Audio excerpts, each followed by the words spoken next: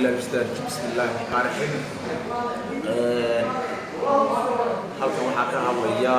nin muwaadin oo reer Soomaaliya magacayga hadaan ku bilaabo waa Madan Cabdi Madan. kulli waxaa la yidhi nin aan hadli jirin hadduu hadlo dadkii kale hadli jiray baa nacabtii ayaa ka taga inkastoo layga hadal fiican yahay layga fikir fiican yahay layga aqoon badan yahay layga diin badan yahay haddana waxaan jeclaaday bal fikirkayga inaan wax ka sheego. haddaan sidaan horeba u sheegay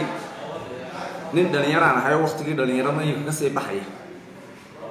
hadduu ilaahay nafta igu daayo bishan iminka bilaabmaysa sagaalaad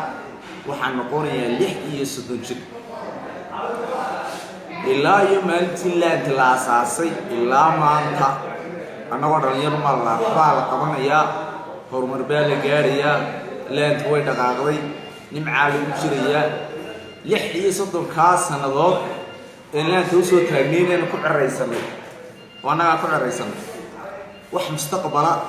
iyo rajaa ma hayno dadkii waxa isku bedelaya kolba madaxweyne u bedelaya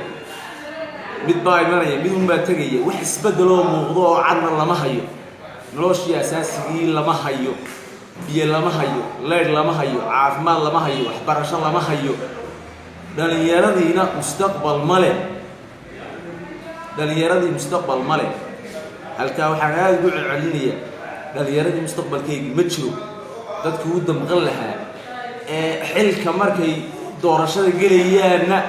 intay dhalinyarada ku duuyaan awrkooda ka kicsadaan marka dambana dhalinyarada dayacaya war waxaan leenahay sidan dadka laga daayo. anigu muusana u hadli maayo madaxweyne ka horeeyay u hadli maayo anigu wax barkii la codeynayay dadkii Muuse Biixi Cabdi u codeeyaan ahaa xisbiga kulmiye maantana waxaan sheegaynaa inaan dhaliil iyo aan arkayna wax aan ka duwaneyn wixii hore marka Muuse dadnimo iyo walaaltinimo iyo reernimo iyo waxba uma codeynayna waxaan ugu codeynay isbedel inuu keeno iyo isbedel muuqda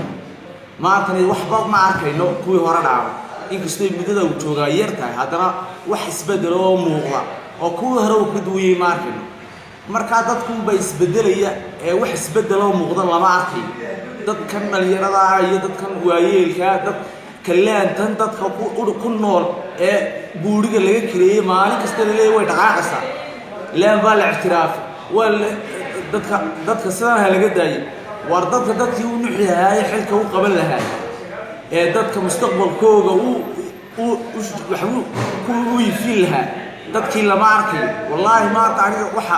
weligaan oo TV ka hadal ama soo fadhiisan waxa hor fadhiisay waxa weeye waa mustaqbal la'aan maalin kasta dadku laantaas ma lahayn dhalinyarada dhinacyada xirxirada habeenkii dadka baaranaya dadkii jahayn lahaa waa dadka madaxda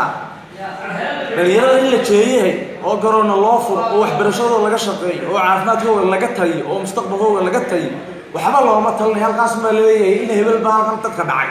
in hebel baa mobil dhacay dadkii u talin lahaa ka waxilka hayaana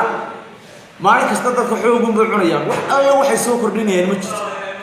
anigu ama xukuumad ha noqoto ama dad waayeel ha noqoto ama dad muwaadin ha noqoto fariinta waxaan dadka u diraya oo leeyahay war wax mustaqbal lama arkayo ilaa dib isku tashada intaas aan kaga bixilaa. Wassalaamu calaykum waraxmatullaahi wabarakaatuh.